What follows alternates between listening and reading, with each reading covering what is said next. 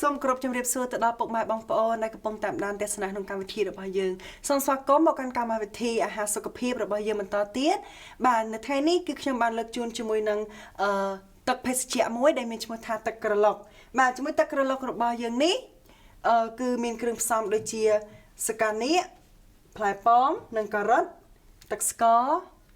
ខ្ទិះដូងរួមជាមួយនឹងទឹកកកបាទជឿជាក់ថាពុកម៉ែបងប្អូនអរគ្នាបានដឹងពីគ្រឿងផ្សំរបស់វារួចហើយឥឡូវនេះសូមតាមដានទស្សនាជាមួយនឹងការធ្វើវាទាំងអស់គ្នាបាទអ្វីដែលខ្ញុំទៅដាក់មុនគេផ្លែឈើ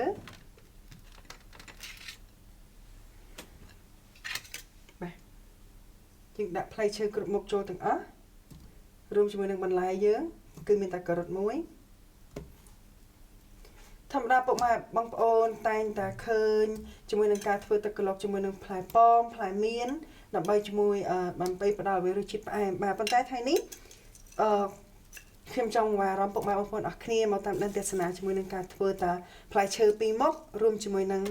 ការ៉ុតនេះជឿជាក់ថាពុកម៉ែបងប្អូនអរគ្នាប្រកាសជាចូលចិត្តជាមួយនឹងទឹកក្រឡុកមួយនេះផងដែរបាទចឹងផ្លែឈើមានសារៈប្រយោជន៍ច្រើនសម្រាប់ក្រុមគ្រួសារក៏សម្រាប់សុខភាពរបស់ពុកម៉ែបងប្អូនបាទការ៉ុតនេះគឺយើងដាក់សម្រាប់ជួយសុខភាពហើយក៏ពិសេសសម្រាប់ពណ៌សម្រាប់ទឹកក្រឡុកនេះផងដែរ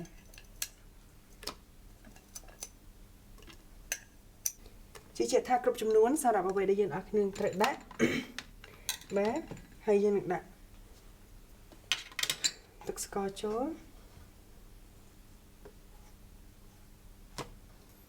រួមជាមួយនឹងខ្ទិះដូង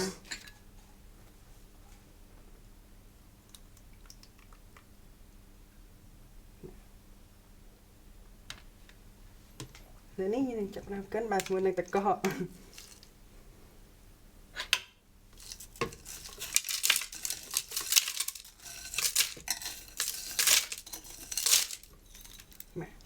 ពុកម៉ែអាចដាក់ទឹកកកទៅតាមចំណង់ចំណូលចិត្តឬមួយក៏តាមការចង់ទទួលទានពេលខ្លះពុកម៉ែអាចចង់បានវាលក្ខណៈត្រជាក់ខ្លាំងពេកគឺអាចធ្វើតាមចិត្តរបស់ពុកម៉ែបងប្អូនអរគ្នា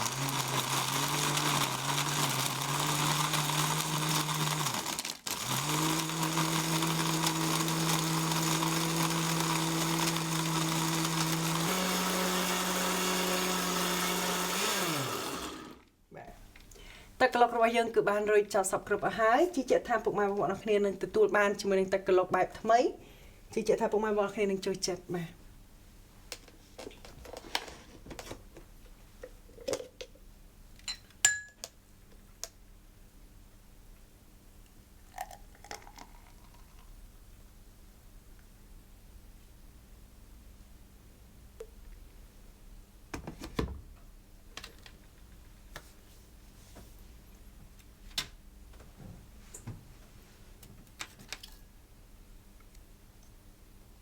គេបាទនេះគឺជាទឹកក្រឡុក